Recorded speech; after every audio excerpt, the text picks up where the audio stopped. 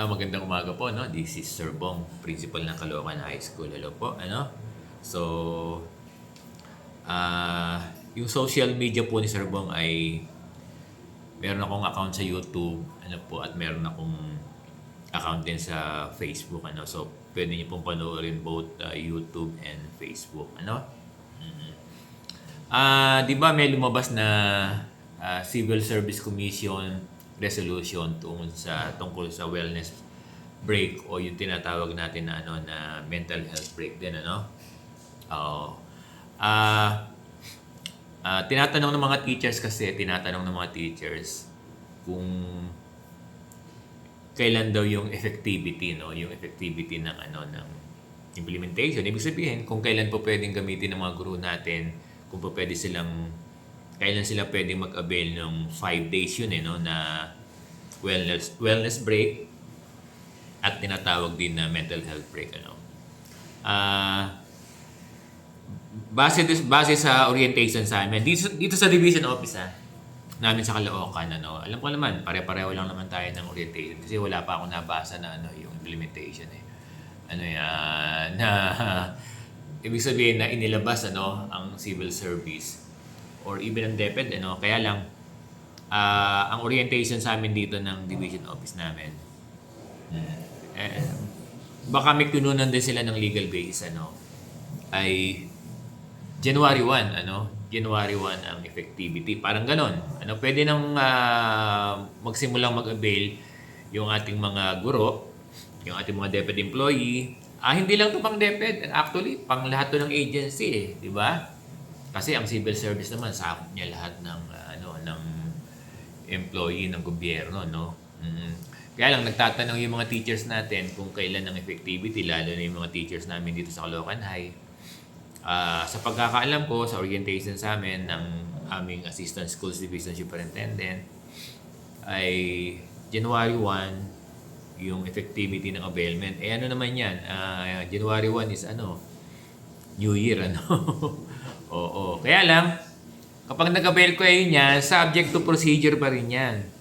Kung ano yung process ng application for leave, ganun din ang isasubmit nyo. Oo, ganun din ang isasubmit nyo, dear teachers, At may approval pa rin yan ng mga principal, di ba? Kung nagsasubmit kayo ng leave, ilang araw ang leave? 5. Kaya lang hindi pa pwedeng gamitin ng consecutive ng sunod-sunod na araw. Consecutive, Yung ibig sabihin. Hindi siya pa pwedeng gamitin ng tuloy-tuloy na 5 araw. O pwede, yung 3 araw ay 3 consecutive days pwedeng gamitin. Tapos yung another 2 days sa iba naman. Or pa pwedeng ibang araw yung first day, magkakaibang araw pwede yun. Basta 5 araw. Ganyan. So, naintindihan ba? Hindi pa pwedeng gamitin na consecutive yung buong 5 araw. Tama nga naman. Kasi paano kung nagkasabay-sabay, di ba?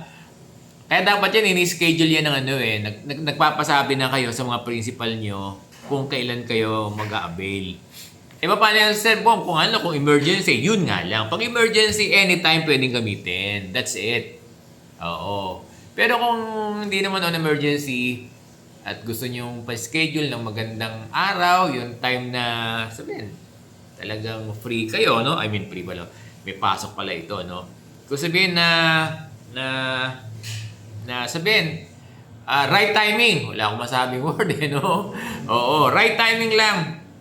Oo, right timing lang, Kung kailan nyo pwedeng gamitin, doon nyo gamitin. Minsan sa mga live, ang hirap. Minsan nabablanko ka na, may mental block ka. Yan ang kahirapan na walang script, Minsan na may mental block ka. Kailangan mo magbanggit na lang ng word, Siguro yung sinasabi natin is right timing kung kailan nyo pwede gamitin. Oo, na tingin nyo ay sabihin na marirelieve kayo. Oo, hindi ba? Ganon. So again, the teachers, ipapa-approve nyo pa yan. Kung hindi man lang din emergency, hanggat maaari, aprubahan naman yan ng principal. At yung panawagan natin, yung appeal natin sa mga principal natin, lalo dito, sinabihan ko na yung mga department head, tingnan yung mag-a-apply ng mag-a-avail ng wellness break. Hindi po pwedeng sabay-sabaw. Kasi pag nagsabay-sabaw yan, let's say for instance, may 10 kayong teacher sa department o sa elementary sa isang level, nagsabay-sabay yung pito, di wala nang nagturo. Nakaget ba the teachers?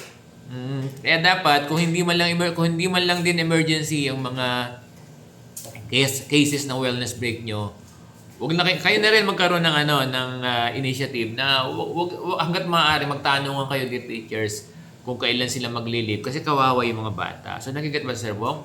Kawawa yung mga bata kung sabay-sabay. Yan kasi yung worry ng mga principal 'Di ba? Sa ibang mga government agency, okay lang.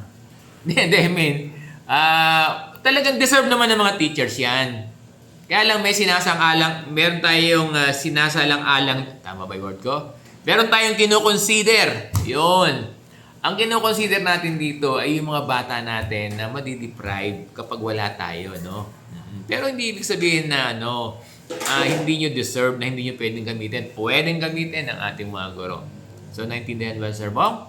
O, again po, kapag may lumalabas po mga ads dyan, huwag nyo i-skip. Papanoorin nyo ng buong buo lahat ng ads na lumalabas dyan sa aking YouTube at saka dito sa aking, Facebook.